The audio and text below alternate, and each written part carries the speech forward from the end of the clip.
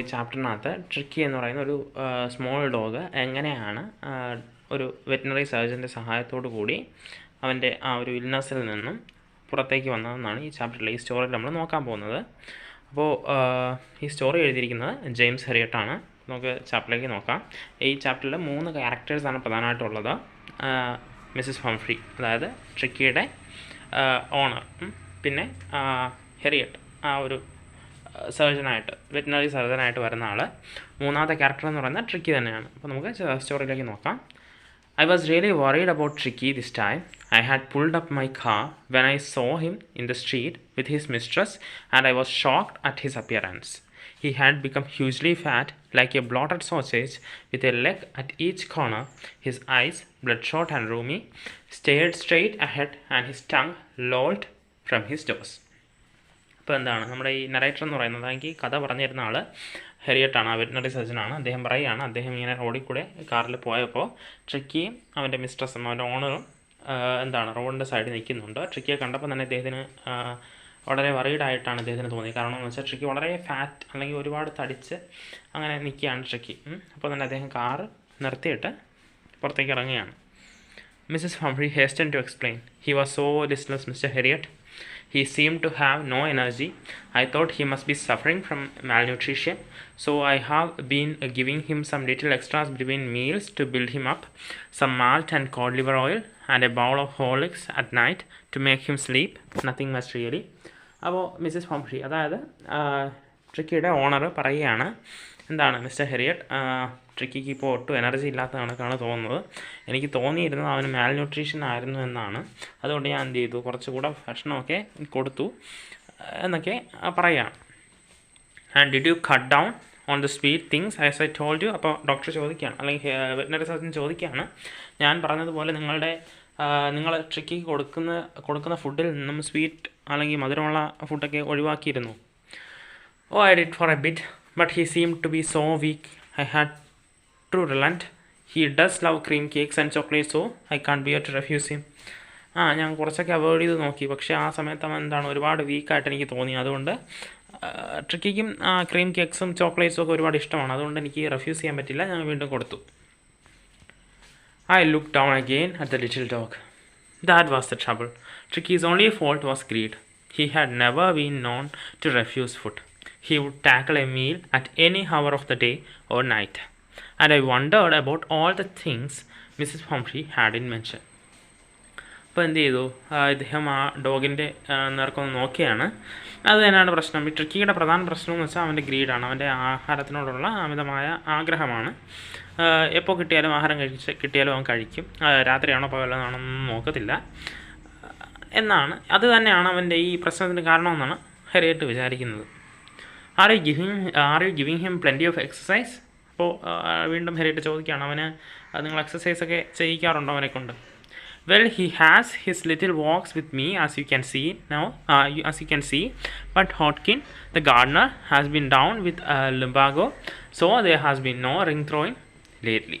അപ്പോൾ പറയുകയാണ്, അവൻ എൻ്റെ കൂടെ ചെറിയ ചെറിയ വാക്സിനൊക്കെ വരാറുണ്ട്, പക്ഷേ ഹോട്ട്കിൻ, നമ്മുടെ ഗാർഡനറിന് എന്ത് പറ്റി, ഒരു പ്രശ്നമുള്ളതിനാൽ ഇപ്പോൾ റിംഗ് ത്രോയിങ് ആ ഒരു എക്സസൈസ് ഒന്നും ഇപ്പോൾ ചെയ്യിക്കുന്നില്ല. I tried to sound severe. Now I really mean this. If you don't cut his foot right down and give him more exercise, he is going to be really ill. You must harden your heart and keep him on very strict diet. അപ്പോൾ നമ്മുടെ ഹെറിയറ്റ് കുറച്ച് strict ആയിട്ട് പറയുകയാണ്. ഇപ്പോൾ ഞാൻ പറയുന്നത് നിങ്ങൾ കൃത്യമായിട്ട് മനസ്സിലാക്കുക. നിങ്ങൾ അവൻ്റെ ഫുഡ് കുറച്ച് അവന് കുറച്ചുകൂടെ എക്സസൈസ് കൊടുത്തില്ലെങ്കിൽ അവൻ കൂടുതൽ ഇല്ലായി മാറും. അതുകൊണ്ട് നിങ്ങളുടെ ഹേർട്ടൊക്കെ ഒന്ന് ഹാർഡൻ ചെയ്ത് എന്ത് ചെയ്യണം, അവനെ നല്ല രീതിയിൽ ഫുഡൊക്കെ കൺട്രോൾ ചെയ്യണം. Mrs Humphrey wrung her hands. Oh, I will, Mr. Harriet. I am sure you are right, but it is so very difficult, she set off, head down along the road as if determined to put the new regime into practice immediately. അപ്പോൾ എന്താണ്, Mrs Humphrey ഡോക്ടറിൻ്റെ അടുത്ത് പറയുകയാണ്, ഹെറിയറ്റിൻ്റെ അടുത്ത് പറയുകയാണ്, ഞാൻ തീർച്ചയായും ചെയ്യാൻ ശ്രമിക്കാം, പക്ഷേ അത് വളരെ ഒരുപാട് ഡിഫിക്കൽട്ടാണ് എന്നും പറഞ്ഞ് എന്ത് ചെയ്തു, അവരെ പോവുകയാണ്. I watched their progress with growing concern. Tricky was tottering along in his little tweed coat. He had a whole wardrobe of these coats for the cold weather and a raincoat for wet days. He struggled on, drooping in his harness. I thought it wouldn't be longer before I heard from Mrs. Humphrey. അപ്പോൾ പറയുക അപ്പോൾ അദ്ദേഹം അവർ പോകുന്നത്, അതായത് ഓണറും അതുപോലെ തന്നെ ട്രിക്കിയും പോകുന്നത് നോക്കിക്കൊണ്ട് നിൽക്കുകയായിരുന്നു. അപ്പോൾ ട്രിക്കിക്ക് ഒരുപാട് കോട്ട്സിൻ്റെയൊക്കെ കളക്ഷനുണ്ട്. കോൾഡ് വെതറിലിടാനും റെയിൻ കോട്ട്സ് വെറ്റ് ഡേയ്സിലിടാനും വേണ്ടിയൊക്കെ ഒരുപാട് കളക്ഷൻസൊക്കെ ഉണ്ട്. അങ്ങനെയൊക്കെ ആലോചിച്ചുകൊണ്ടിരിക്കുകയായിരുന്നു. The expected call came within a few days. Mrs Humphrey was distraught. Tricky would eat nothing, refused even his favorite dishes, and besides, he had bouts of vomiting. He spent all his time lying on a rug, panting, didn't want to go for walks, didn't want to do anything. അപ്പോൾ നമ്മുടെ ഹെറിയറ്റ് വിചാരിച്ചിരുന്ന കണക്ക് തന്നെ Mrs ഹംഫ്രിയിൽ നിന്നും പെട്ടെന്ന് തന്നെ ഒരു call വരികയാണ് ചെയ്തത്. എന്താണ്, ട്രിക്കി ഒന്നും കഴിക്കുന്നില്ല, അവൻ്റെ ഫേവറേറ്റ് ഡിഷസ് പോലും കഴിക്കുന്നില്ല, പിന്നെ വൊമിറ്റിങ്ങും ഉണ്ട്, വാക്സിനൊന്നും പോകാൻ തോന്നുന്നില്ല, അവനാകെ അവിടെ ചുമ്മാ കിടക്കുക മാത്രമാണ് ചെയ്യുന്നത്. I had made my plans in advance. The only way was to get Tricky out of the house for a period. I suggested that he be hospitalized for about a fortnight to be kept under observation. അപ്പോൾ എന്താണ്, doctor അതിന് മുമ്പേ പ്ലാനൊക്കെ തയ്യാറാക്കി വെച്ചിട്ടുണ്ടായിരുന്നു. ട്രിക്കിയെ ഇനി രക്ഷപ്പെടുത്തണമെങ്കിൽ അവൻ ആദ്യം ആ വീട്ടിൽ നിന്ന് പുറത്ത് കൊണ്ടുവന്നേ പറ്റത്തുള്ളൂ. അതുകൊണ്ട് ഡോക്ടർ പറഞ്ഞു അവനെ ഹോസ്പിറ്റലൈസ് ചെയ്യണം, കുറച്ച് ദിവസത്തേക്ക് ഹോസ്പിറ്റലൈസ് ചെയ്യണമെന്നൊക്കെ പറഞ്ഞു, അവനെ ഒബ്സർവേഷനിലൊക്കെ വെക്കണം എന്നുള്ള കാര്യങ്ങളൊക്കെ അവരുടെ അടുത്ത് പറഞ്ഞു. The poor lady almost swooned. She was sure he would pine and die if he did not see her every day. അപ്പോൾ അവർക്ക് ഒരുപാട് വിഷമം ഉണ്ടായി. കാരണം അവരും ആ ട്രിക്കിയും തമ്മിലുള്ള അറ്റാച്ച്മെൻറ്റ് വളരെ വലുതാണ്. അതുകൊണ്ട് ഒരുപാട് വിഷമമൊക്കെ ഉണ്ടാക്കുന്ന കാര്യമായിരുന്നു അത്. But I took a firm line. Tricky was very ill and this was the only way to save him.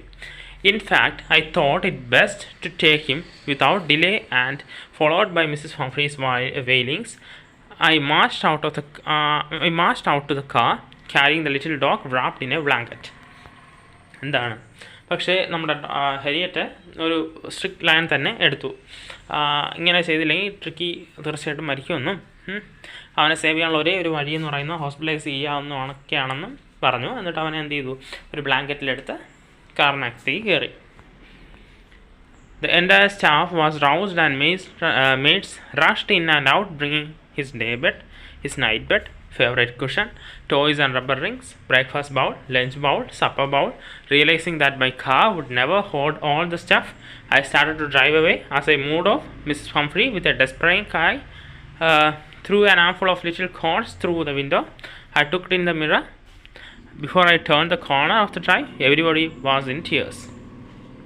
അപ്പോൾ ആ വീട്ടിലെ എല്ലാ സ്റ്റാഫും ട്രിക്കിയെ കൊണ്ടുപോകുന്ന അറിഞ്ഞ് ഓരോ കാര്യങ്ങളും കൊണ്ടുവന്നു. നൈറ്റ് ബെഡും ഡേ ബെഡും ഫേവറേറ്റ് കുഷൻസും ടോയ്സും അങ്ങനെയുള്ള കാര്യങ്ങളും ബ്രേക്ക്ഫാസ്റ്റ് ബൗളും ലഞ്ച് ബൗളും സപ്പർ ബൗളും എല്ലാം കൊണ്ടുവന്നു. എന്നിട്ട് ഈ കാറിൽ കൊള്ളില്ലാന്ന് മനസ്സിലാക്കി എന്ത് ചെയ്തു, നമ്മുടെ ഡോക്ടർ ആ കാറ് ഓടിച്ച് പോകാൻ ശ്രമിച്ചു. അപ്പോഴത്തേക്കും മിസ്സസ് ഹംഫ്രി ഒന്ന് ഒരുപാട് കോട്ട്സ് എടുത്ത് അതിനകത്തേക്ക് ഇട്ടു, കോട്ട്. അപ്പോൾ ഈ എൻ്റെ തീരാൻ നേരത്തെ അദ്ദേഹം കാറിൻ്റെ മിററിലൂടെ നോക്കിയപ്പോൾ എല്ലാവരും അവിടെ നിന്ന് കരയുകയാണ്, വിഷമിക്കുകയാണ്. ട്രിക്കി പോകുന്നതിൽ ഒരുപാട് വിഷമം എല്ലാവർക്കും ഉണ്ട്. Out on the road, I glanced down at the pathetic little animal gasping on the seat by my side. I patted the head and Tricky made a brave effort to wag his tail. Poor old dad, I said, you haven't a kick in your... but I think I know a cure for you. അപ്പോൾ എന്താണ് അദ്ദേഹം പോകുന്ന വഴിക്ക് അദ്ദേഹത്തിൻ്റെ side കാറിനകത്ത് സീറ്റിലിരുന്ന് tricky എന്ത് ചെയ്യുന്നുണ്ട്, അവിടെ അങ്ങനെ ഇരിക്കുന്നുണ്ട്. ട്രിക്കി അവൻ്റെ വാലൊക്കെ ഒന്ന് വാഗ് ചെയ്യാൻ, വാലൊക്കെ ഒന്ന് ആട്ടാൻ ശ്രമിക്കുന്നുണ്ട്. ഡോക്ടർ പറയുകയാണ് ട്രിക്കിയെ എങ്ങനെ രക്ഷപ്പെടുത്തണമെന്ന് തനിക്ക് അറിയാവുന്നതാണ് താൻ വിചാരിക്കുന്നതെന്നൊക്കെ ഡോക്ടർ, അതായത് ഹെരിയറ്റ് പറയുകയാണ്. At the surgery, the household dog surged round me. Tricky looked down at the noisy pack with dull eyes and when put down, lay motionless on the carpet. The other dogs, after sniffing round him for a few seconds, decided he was an uninteresting object and ignored him. At the surgery എന്ന് ഉദ്ദേശിക്കുന്ന ആ ഹോസ്പിറ്റലാണ്. ഹോസ്പിറ്റലിൽ എന്ത് ചെയ്തു, അവിടെ ഒരുപാട് വേറെയുള്ള ഡോഗ്സൊക്കെ ഉണ്ടായിരുന്നു. ഈ ഇദ്ദേഹം ചെന്നപ്പോൾ എല്ലാവരും അദ്ദേഹത്തിൻ്റെ ചുറ്റും കൂടി. അങ്ങനെ അദ്ദേഹം ട്രിക്കി എടുത്ത് തറയിൽ വയ്ക്കുകയാണ്. ട്രിക്കി അവിടെ നിന്ന് എഴുതേറ്റൊന്നുമില്ല, കാർപ്പറ്റിൽ തന്നെ കിടന്നു. എല്ലാ ഡോഗ്സും ഈ ട്രിക്കിയുടെ അടുത്ത് വന്നിട്ടൊക്കെ സ്നിഫ് ചെയ്തൊക്കെ നോക്കി. കുറച്ച് സെക്കൻഡ്സ് കഴിഞ്ഞ് ട്രിക്കി ഒരു അൺഇൻട്രസ്റ്റിംഗ് ഒബ്ജക്റ്റ് ആണെന്ന് പറഞ്ഞ് അവരതിനെ ഇഗ്നോർ ചെയ്ത് പോയി. I made up a bed for him in a warm, loose box next to the one where the other dog slept. For 2 days, I kept an eye on him, giving him no food but plenty of water. At the end of the second day, he started to show some interest in his surroundings, and on the third day, he began to whimper, and when he heard the dogs in the yard. അപ്പോൾ എന്ത് ചെയ്തു, ഇദ്ദേഹം ട്രിക്കിക്ക് വേണ്ടി ഒരു ബെഡൊക്കെ ഒരുക്കി. അതിനുശേഷം ഇദ്ദേഹം 2 ദിവസത്തേക്ക് ട്രിക്കിയുടെ മേലൊരു കണ്ണൊക്കെ വെച്ചു, ഒരുപാട് വെള്ളം കൊടുത്തു, ഭക്ഷണമൊന്നും കൊടുത്തില്ല. രണ്ടാമത്തെ ദിവസം അവസാനിക്കാറായപ്പോൾ അവൻ കുറച്ച് ഇൻട്രസ്റ്റൊക്കെ, അവൻ്റെ സറൗണ്ടിങ്സിനോട് ഇൻട്രസ്റ്റൊക്കെ കുറച്ച് കാണിക്കാൻ തുടങ്ങി. തേർഡ് ഡേ ആയപ്പോൾ എന്ത് ചെയ്തു, അപ്പുറത്തെ യാർഡിൽ ഡോഗ്സിൻ്റെയൊക്കെ സൗണ്ട് കേൾക്കുമ്പോൾ ട്രിക്കി ഒന്ന് ശ്രദ്ധിക്കാനും അങ്ങനെയുള്ള കാര്യങ്ങളൊക്കെ തുടങ്ങി. When I opened the door, Tricky trotted out and was immediately engulfed by Joe, the greyhound, and his friends. After rolling him over the thoroughly inspecting him, the dogs moved off down the garden. Tricky followed them, rolling slightly with his surplus fat. അപ്പോൾ എന്ത് ചെയ്തു, അദ്ദേഹം door എന്ന് തുടങ്ങിയപ്പോൾ tricky പതുക്കെ പുറത്തേക്ക് വന്നു.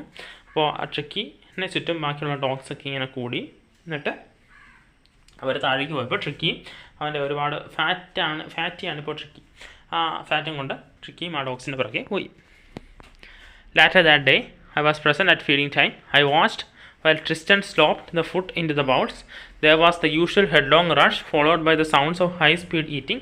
Every dog knew that if he fell behind the others, he was liable to have some competition for the last part of his meal. അപ്പോൾ എന്ത് ചെയ്തു, ഫീഡിങ് ടൈമിൽ എല്ലാ ഡോഗ്സിനും കൂടെ ബോളിൽ ഫുഡ് കൊടുക്കുമ്പോൾ എല്ലാവരും വന്ന് ഭയങ്കര റഷാണ് ഈ ഫുഡിന് വേണ്ടി. കാരണം അവർക്കറിയാം, ഒന്ന് പിന്മാറി കഴിഞ്ഞാൽ ആ ഫുഡ് അവർക്ക് കിട്ടില്ല. When they had finished, Tricky took a walk round the shining bowls, licking casually inside 1 or 2 of them. Next day, the extra bowl was put out for him, and I was pleased to see him jostling his way towards it. From then on, his progress was rapid. He had no medical treatment of any kind, but all day he ran about with the dogs, joining in their friendly scrimmages. He discovered the joy of being bowled over, tramped out, and squashed every few minutes. He became an accepted member of the gang, and unlikely silky little objects among the shaggy crew, fighting like a tiger for his share and mealtimes, and hunting rats in the old hen house at night. He had never had such a time in his life. അപ്പോൾ അതിനുശേഷം ട്രിക്കിയുടെ പുരോഗതി എന്ന് പറയുന്നത് വളരെ rapidly ആയിരുന്നു, ഒരുപാട് വേഗത്തിലായിരുന്നു. എന്തായിരുന്നു, tricky പിന്നീട് ബാക്കിയുള്ള ഡോഗ്സുമായിട്ടൊക്കെ ബാക്കിയുള്ള ഡോഗ്സിൻ്റെ ഗ്യാങ്ങിൽ ഒരു മെമ്പറായി തന്നെ, നല്ലൊരു മെമ്പറായി തന്നെ ട്രിക്കി മാറി. അവരുടെ കൂടെയൊക്കെ നടക്കുകയും പിന്നെ ഫുഡിന് വേണ്ടി അവരുടെ കൂടെ ഫൈറ്റ് ചെയ്ത് ഫുഡ് നേടുകയും, പിന്നെ രാത്രിയൊക്കെ ഈ ഓൾഡ് ഹെൻ ഹൗസിൽ റാറ്റ്സിൽ പിടിക്കാൻ പോവുകയൊക്കെ, അങ്ങനെ ഒരുപാട് വർക്ക് ട്രിക്കി ചെയ്യുന്നുണ്ട് ഇപ്പോൾ. All the while, Mrs. Humphrey hovered anxiously in the background, ringing a dozen times a day for the latest bulletins. He dodged the questions about the weather. His cushions were being turned regularly, or his correct coat worn according to the weather. But I was able to tell her that the little fellow was out of danger and convalescing rapidly. അപ്പോൾ ഈ സമയത്തൊക്കെ നമ്മുടെ Mrs Humphrey എന്നും ഒരു dozen times ഇങ്ങനെ വിളിക്കും ട്രിക്കിയുടെ പുരോഗതി അറിയാൻ വേണ്ടിയിട്ട്. അവസാനം നിവൃത്തിയില്ലാതെ പറയുകയാണ്, അതായത് ട്രിക്കി ഡേഞ്ചർ കഴിഞ്ഞു, ഞാൻ പുരോഗമിച്ചുകൊണ്ടിരിക്കുകയാണ് എന്നൊക്കെ പറഞ്ഞു. The word convalescing seemed to do something to Mrs. Humphrey. She started to bring round fresh eggs, 2 dozen at a time, to build up Tricky's strength. For a happy period, my partners and I had 2 eggs each for breakfast. But when the bottles of wine began to arrive, the real possibilities of the situation began to dawn on the household. അപ്പോൾ എന്താണ്, ഈ പുരോഗമിക്കുന്നതെന്ന് കേട്ട ഉടനെ എന്ത് ചെയ്തു, നമ്മുടെ Mrs Humphrey കുറേ എഗ്സുമായിട്ട് 2 ഡസനോളം എഗ്സുമായിട്ട് എല്ലാ തവണയും വരുന്നുണ്ട്. കുറച്ച് നാളത്തേക്ക് നമ്മുടെ ഡോക്ടർ ഹെരിയറ്റിന്, വെറ്റിനറി സർജനായ ഹെരിയറ്റിന് അവൻ്റെ പാർട്ട്നേഴ്സ് അവിടെയുള്ള ബാക്കിയുള്ളവർക്കൊക്കെ ബ്രേക്ക്ഫാസ്റ്റിനൊക്കെ 2 എഗ്സ് വെച്ചൊക്കെ കിട്ടുമായിരുന്നു. കാരണം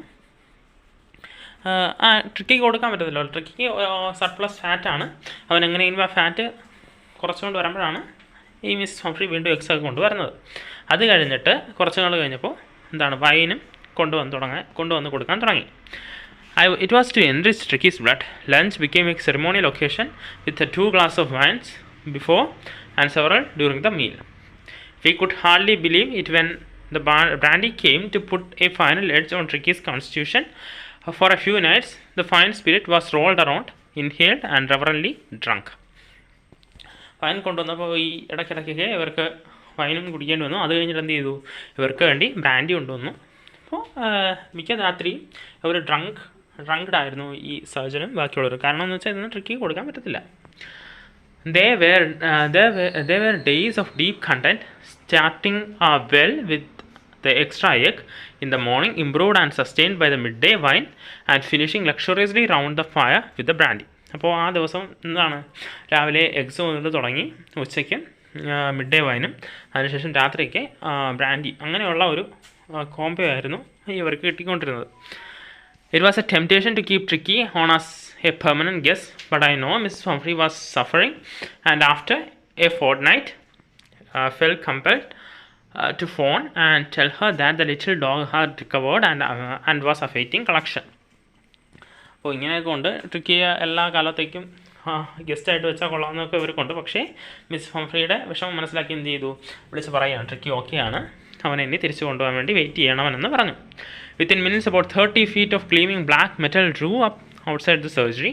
The chauffeur opened the door, and I could just make out the figure of Mrs. Humphrey, almost lost in the interior. Her hands were tightly clasped in front of her. Her lips trembled. Oh, Mr. Harriet, do tell me the truth. Is he really better? അപ്പോൾ കുറച്ച് നിമിഷങ്ങൾ കഴിഞ്ഞ ഉടനെ തന്നെ എന്താണ് surgery ഹോസ്പിറ്റലിലെ ഫ്രണ്ടിൽ അവർ വന്ന് നിൽക്കുകയും ചൗഫർ, അതായത് അവരുടെ ആ ഒരു സെർവൻ വാതിൽ തുറക്കുകയും മിസ് ഹംഫ്രിയെ കാണുകയും ചെയ്തു. മിസ് ഹംഫ്രിയെ കാണുമ്പോൾ തന്നെ അറിയാം അവർ വളരെ വിഷമത്തിലാണ്. എന്നിട്ട് ചോദിക്കുകയാണ് നമ്മുടെ ഹെറിയറ്റിൻ്റെ അടുത്ത്, ട്രിക്കി സത്യമായിട്ടും ഓക്കെ ആണോ ഇപ്പോഴെന്ന് ചോദിക്കുകയാണ്. Yes, he's fine. There is no need for you to get out of the car. I will go and fetch him. അവന് ഓക്കെയാണ്, നിങ്ങൾ പുറത്തൊന്നും ഇറങ്ങണ്ട, ഞാൻ പോയി ട്രിക്കിയെ വിളിച്ചുകൊണ്ട് വരാമെന്ന് പറഞ്ഞു. I walked through the house into the garden. A mass of dogs was hurtling round and round the lawn, and in their midst, hair flapping, tail waving, and his little golden figure of Tricky. In 2 weeks, he had been transformed into a lithe, hard-muscled animal. He was keeping up well with the pack, stretching out in great bounds, his chest almost brushing the ground. അപ്പോൾ എന്താണ്, ഗാർഡനിലൂടെയൊക്കെ പോയി ഗാർഡനിലേക്ക് ചെന്ന് ആ tricky collect ചെയ്തു. Tricky ഇപ്പോൾ വളരെ hard മസിൽഡായ ആനിമലാണ്, വളരെ strong ആയ ആനിമലാണ് ഇപ്പോൾ Tricky. I carried him back along the passage to the front of the house. അപ്പോൾ ട്രിക്കിയെ ഈ പാസേജിലൂടെ ഫ്രണ്ടിലേക്ക് കൊണ്ടുവന്നു. The chauffeur was still holding the car door open, and when Tricky saw his mistress he took off from my arms in a tremendous leap and sailed into Mrs. Humphrey's lap. She gave a startled oath and then had to defend herself as he swampered over her face, licking her face and barking. During the excitement, I helped the chauffeur to bring out the beds, toys, cushions, cots and bowls, none of which had been used. As the car moved away, Mrs. Humphrey leaned out of the window. Tears shone in her eyes. Her lips trembled. Oh, Mr. Harriet, she cried, how can I ever thank you? This is a triumph of surgery. അപ്പോൾ എന്ത് ചെയ്തു, tricky നമ്മുടെ മിസ്ട്രസിനെ കണ്ട ഉടനെ തന്നെ അവരുടെ അടുത്തേക്ക് പോയി അവരുമായിട്ടൊക്കെ വളരെ അറ്റാച്ച്മെൻറ്റ് കാണിക്കുകയൊക്കെ ചെയ്തു. എന്നിട്ട് ചോഫറ ഡോക്ടറോടെ ഈ സാധനങ്ങൾ കൊണ്ടുവന്ന് കാറിൽ തിരിച്ച് വയ്ക്കുകയാണ്. അതൊന്നും യൂസ് ചെയ്തിട്ടില്ല, കൊടുത്ത സാധനങ്ങളൊന്നും യൂസ് ചെയ്തിട്ടില്ല, അത് തിരിച്ചുകൊണ്ട് വയ്ക്കുകയാണ്. അതായത് ഇപ്പോൾ ബെഡ്സും കോട്ടും കാര്യങ്ങളുമൊക്കെ തിരിച്ചുകൊണ്ട് വെച്ചു.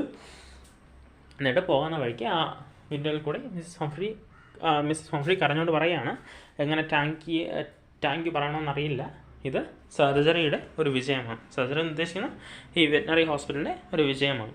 അപ്പോൾ ഇതാണ് നമ്മുടെ ചാപ്റ്റർ. Thank you.